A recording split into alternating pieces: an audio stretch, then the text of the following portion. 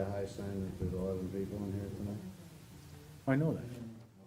Gotta go tonight? No, I'm walking out. Oh. That's, I figured that was your job.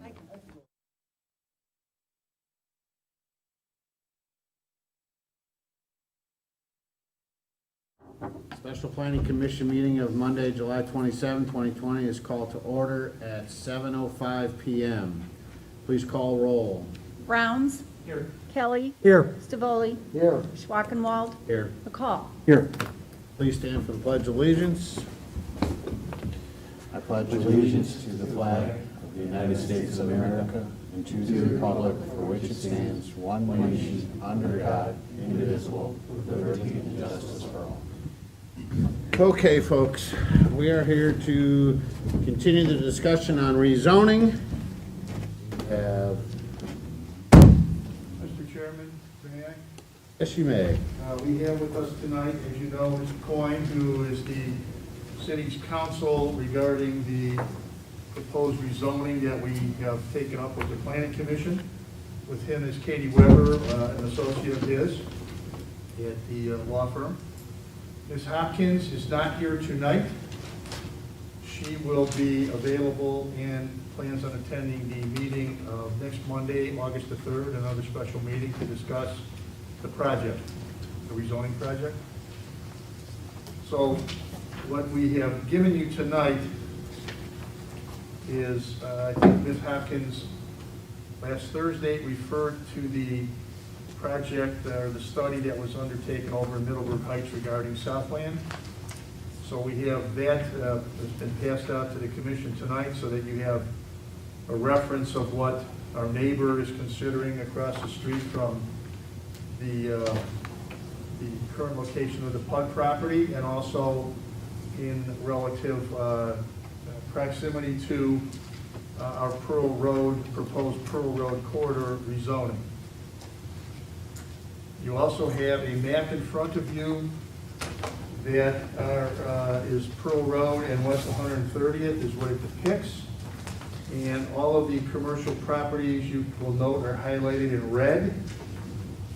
And in conjunction with that, there is a property inventory that you have now in your possession that identifies the commercial properties by parcel number, and then gives you, of course, other information regarding owner, grantor, transfer of date of a sale, and other pertinent information regarding acreage and property values.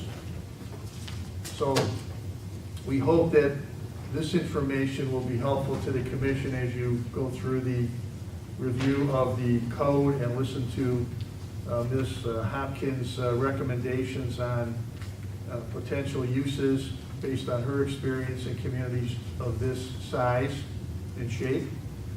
And of course, we have Mr. Coyne here, who was a member of the City of Cleveland Planning Commission for many years and chaired it for many years. And he is, as you already know, an attorney with vast experience in zoning and rezoning matters.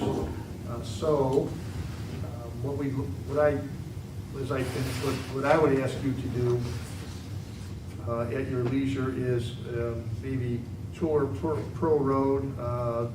If you're not, I'm sure you're already familiar with it, but take a closer look at it based on the information that we're providing tonight, so that as we continue through more detailed discussions, you'll have a pretty thorough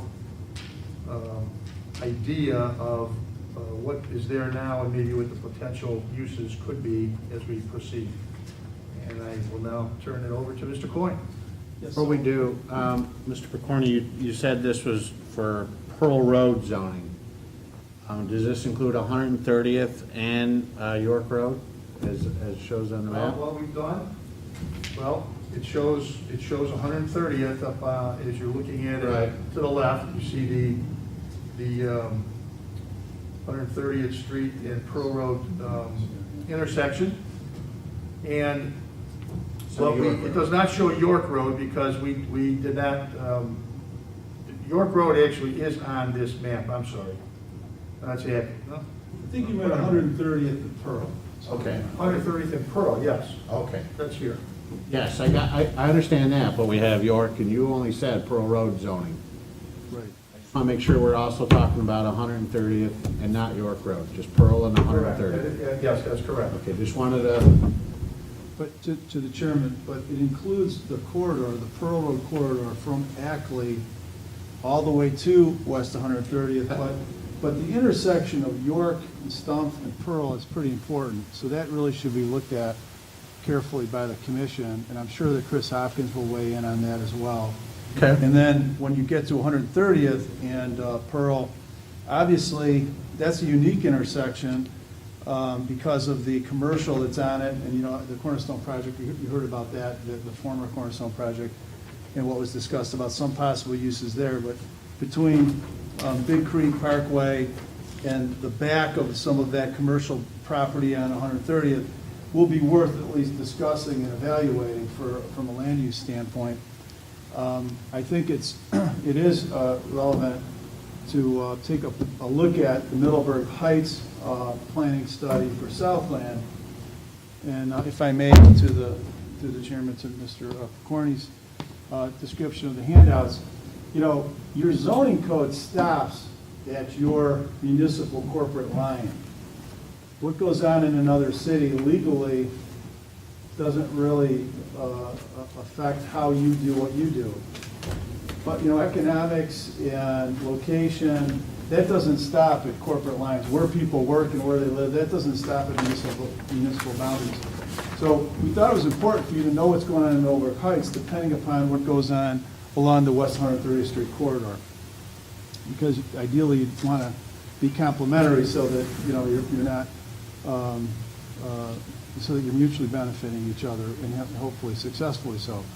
Three more. So again, this map, where you're going to want to focus some of your time, and I strongly recommend you do your own on-foot or in-vehicle survey of Pearl Road from Ackley to West 130th. Walk down part of 130th as well to see what's there so you can visually see it. Read the Middleburg Heights Southland Planning Study and the commercial property inventory, just to give a little more explanation on that, and the GIS map in front of you.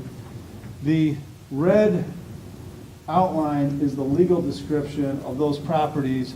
It corresponds to the building parcel number that is on the commercial property inventory. So this document here is the commercial property inventory. The numbers there correspond to what's on the aerial GIS map, okay? This is really helpful information too when you do a study of properties, because this tells you the parcel address. So when you look at the street address, you'll know which property you're looking at. It has a land use description that's general to what's on the property based upon when this mapping was done and when this information was gathered. Part of this was for tax purposes, but you know, where there's a 4 to 6 unit apartment building, or where there's a gas station or a medical clinic. Some of this, by the way, may not be accurate if those businesses are no longer there. It has the deeded property owner, who the seller was, identified as the grantor, and the transfer date. It also lists the sales amount, which is often important for tax valuation for your school system. So those are two important items, the certified tax land value and then the building value, and then that's totaled for tax purposes. They'll identify how many structures are on a site, and it will also identify the square footage. The lineal street frontage is important. Sometimes when you do certain impact fees or some type of special improvement districts, the lineal street frontage is important. And then the total acreage of each parcel and the building that's on the site when it was constructed. When you look on this map, by the way, you're going to see parcels that aren't redded in, if you will. Those are parcels that are owned by governmental entities, probably, you know, the city, you know, City Hall, the Greenbrier Commons area. Churches. Those are all properties that are generally owned by public bodies. You may see some interlopers in there. For example, there does appear to be a parcel that goes through the library. I don't know, let's see who owns it for 717. So is that on there? For 711. 7 025. Yeah, that, oh, no, that's interesting. Yeah, it is the city of Parma Heights that owns that one, so then Parma Heights owns everything around it too. Because that's right, I think you have a lease agreement on that property with the library, right? So that explains that. So, so anyway, so those are all things that should help you in your discernment of the planning study. Chris Hopkins will probably work with you more in a future meeting to talk about the kinds of uses that you may want to consider, whether you want to address buildings that might be subject to redevelopment opportunities, whether you want to look at bike lanes, landscaping standards. You know, there is a lot of evidence that if you can include particularly residential closer to pathways that get into parks, the metro parks, for example, those are development opportunities sometimes, and that might be something that you'll want to talk to you about. You do have the metro parks in close proximity. Your sign regulations are important, and I think you're fairly consistent about bringing down pole signs when new developers come in, but that's something to be mindful of. We didn't talk about it in detail, but there may be uses that you're not going to want to have in the corridor that are high vehicular uses, or that are in a retail area that might be not compatible with retail uses. So that might be something you want to look at, whether it's things like vape shops or adult uses, or frankly, uses that are low volume but could take up a lot of square footage in your community. So those are things that I think Chris will want to talk to you about. It would be my expectation that the city will also notify property owners through a letter about this zoning analysis is done. You know, with COVID, you know, it's hard to get people together, especially on something that you want to make a positive about your community. You're looking at updating your planning code and your zoning regulations that many have been in place for 50 years when this was a very different community. So you can't really have people come in because of the COVID restrictions. So at least getting input by people sending emails or letters will be something that we're going to encourage the administration to do. And that way you get input for purposes of what people want to see and what kind of businesses that they have. And you may solicit some interest from people that want to do certain things in your community too. That's, at least you hope that happens. And we'll keep everybody apprised as things develop. But it's an important process. It can be a little bit time consuming, but hopefully you can get your hands around what you think would be good uses. And then with the planner at CT, we'll be able to draft some concepts, and we'll end up working to help turn that land use proposal into some legislation so that you could look at eventual rezoning. It's not unlike, your master plan was done in 2017. And I don't know, did the city officially adopt that master plan? Do you know? It Yes, did? it did. So that actually is somewhat of a guide, but the master plan is not the zoning code. The master plan should help drive the zoning code. The zoning code should reflect it. But when you get into the study that you're doing along Pearl Road, you're really kind of, instead of being at 30,000 feet with the master plan, you're going to be at 1,000 feet with this planning study, because the hope is to get an upgraded zoning code out of it. Okay? Questions about the last meeting, the discussion we had at all, or? President, I have a question. In regards to, Mr. Coyne, in regards to the ledger, this, so there's multiple spacings, but there's also data in those spaces. Right. What is that data derived from? Give me an example. So for instance, the first, right after 47115006, there's a space. Then when you go all the way to the right, there's a building ID 3, 1978. Okay, so you went, which line did you go to, 47? So 47115006, go right underneath it. Yes, There's the okay. first blank. Oh, that's the blanks that go all the way across? Right. So that there's data in there. So Oh, okay. Yeah, there's data at the end. I can't answer that one easily. I'm presuming that may include the data above it. In other words, if you go to 471-5006, it has two addresses, 6272 to 6286 Pearl Okay. Road. I would suspect that that probably involves multiple parcels, because if you look at the usable area on that line, it's 71,000 square feet, which would be, pretty close to 2 acres. Well, I see, so if you look at the total commercial use area, it's 101,404. Right. First part is 71,117, and the next is 30,286. But I can't necessarily tell you that that's it for everything, because when you go farther down, that's not the case, so I don't know that for sure. We could talk to Dan Meany with the County Planning Commission to clarify some of that. And then on where it says building ID, is that the commercial use to it? 1, 2, or 3? Building ID is, if that's the use that's there. yeah. Can we get a definition of Sure. commercial 1, commercial 2, commercial 3? Sure. This is the last. Yeah. Building ID, right? I figured that's what that was, but I'd like to, Yeah. Although typically, I believe that all this information comes from the auditor's site. A lot of times, the information regarding kind of zoning and building use that's on the auditor's site isn't always accurate compared to what it's actually zoned for, because it could have been just taken from the last use that was used in that building when they filed their county documents. So it's always a good idea to cross-reference that with the actual zone map of Parma Heights. And that'll give you a better sense of exactly what the pre-existing, zoning is that attaches to that parcel. got it. Thank you. Yeah, these aren't, and just so we're clear, these are not perfect because they're based on the information that people provide to the auditor. So the auditor does every 3 years, they're supposed to reappraise and inspect. Whether they do it with, the type of detail is not always the case.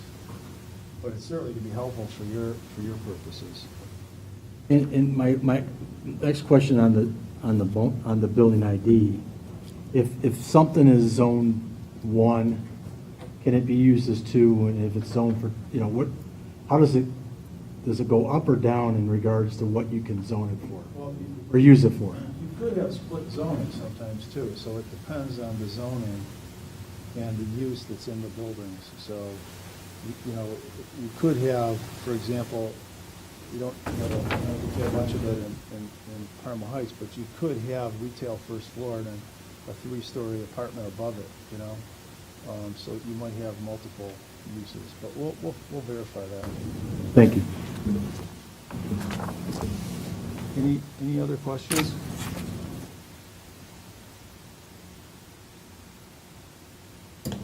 So, Are we looking also to change those usages?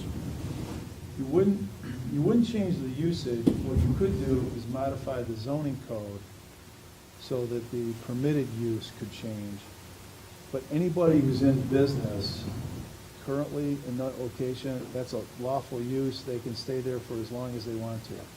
You're not And, zoning anybody out. What you're trying to do, and ideally what you want to do for a community like Parma Heights is to try to get a zoning category that's going to attract businesses to invest in your community.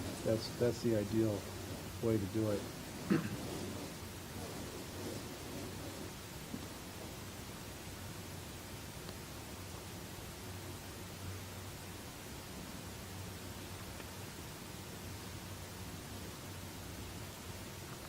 Oh, is that not working?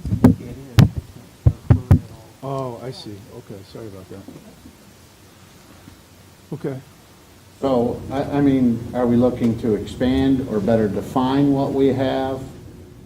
Well, you're not necessarily better defining what you have. You're going to look and see what you have, but you're going to look and identify zoning categories that would be complementary or that could expand some uses. You know, there may be uses you're not gonna want to encourage.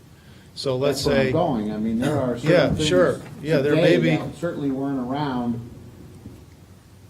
50 years ago Yeah. when these were, 70 years ago when these were right, written.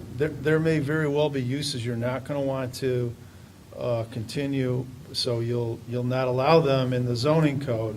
If they're there, however, they're allowed to stay there until they go out of business. But if they go out of business, somebody can't come in and replace them easily.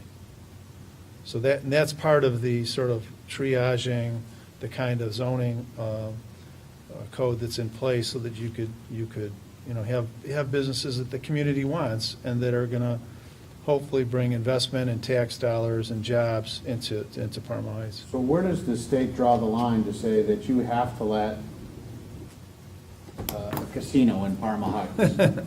Well, For existence.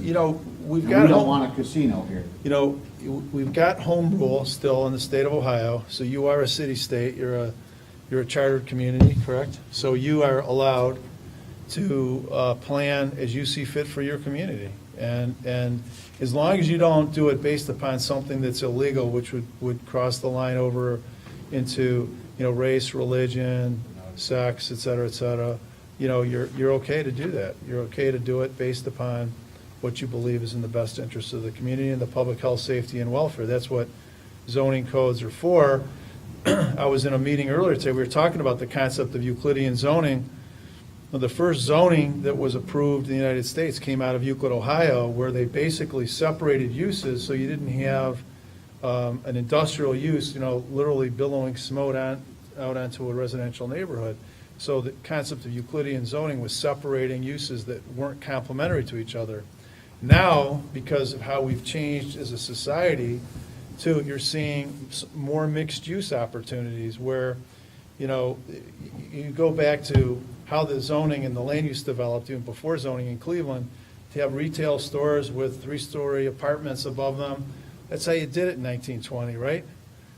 That really was knocked out of most zoning codes for a period of time. Now, you get developers like in Crocker Park or Pinecrest or going out to La Playa out in California and Los Angeles.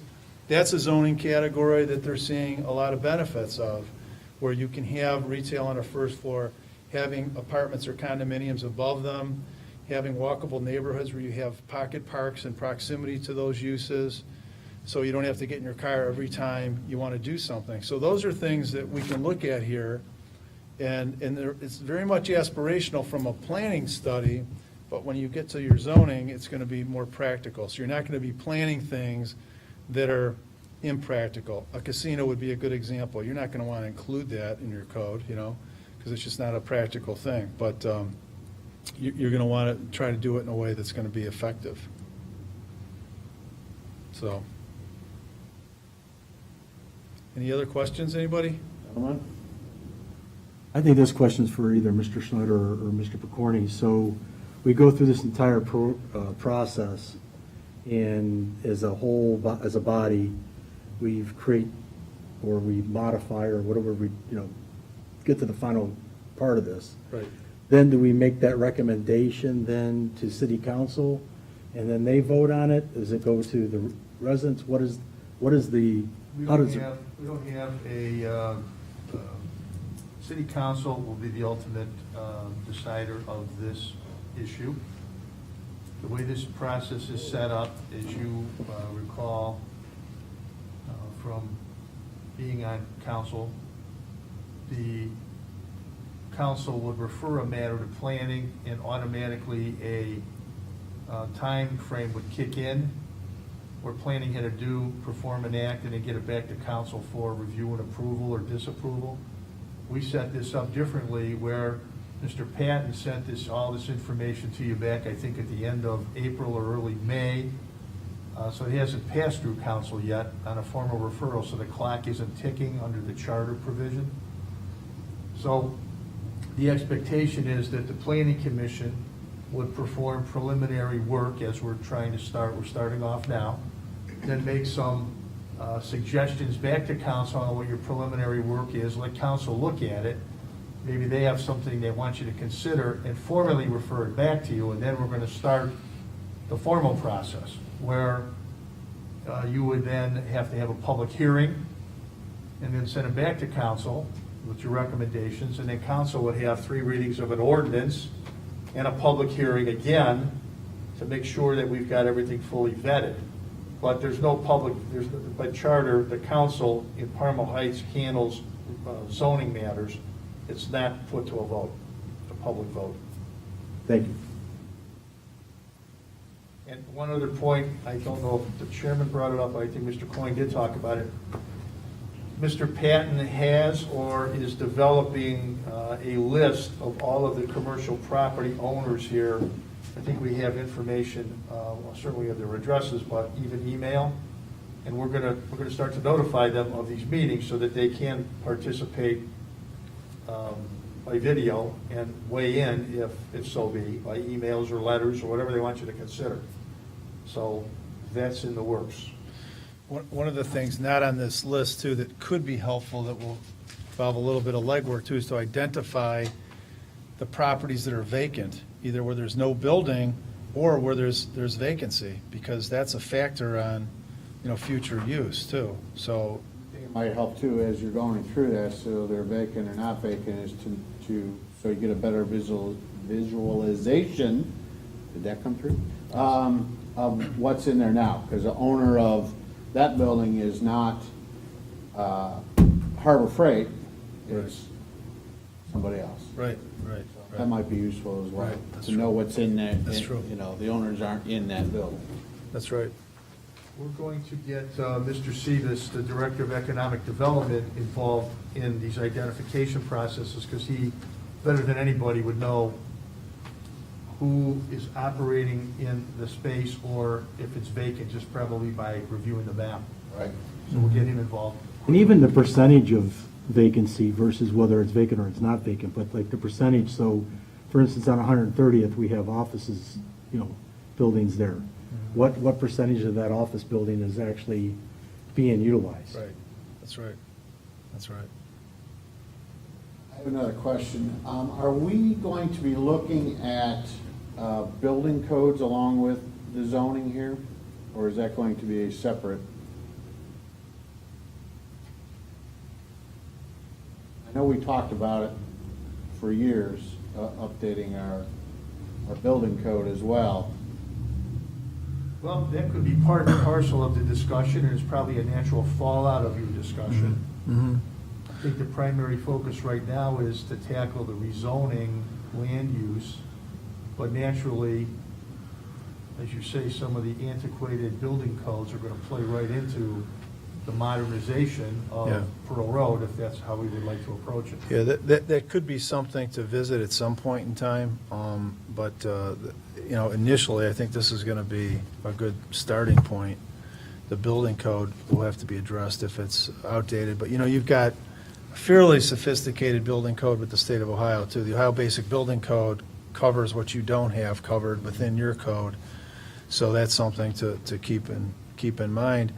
The other parallel path that you're going to want to at least keep in mind, and your economic development director is going to want to be able to weigh in at some point too, is what incentives do you have to attract businesses that could go along with the zoning code? In other words, how do you not just change the code to attract people to come in and invest in your community, but are there incentives? You've got a CRA over a good part of Pearl Road probably.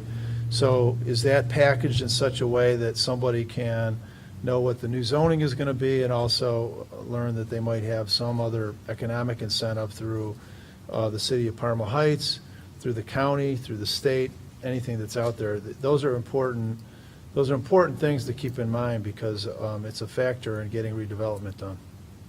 Trust me, being on here 10 years, we've had building. Yeah.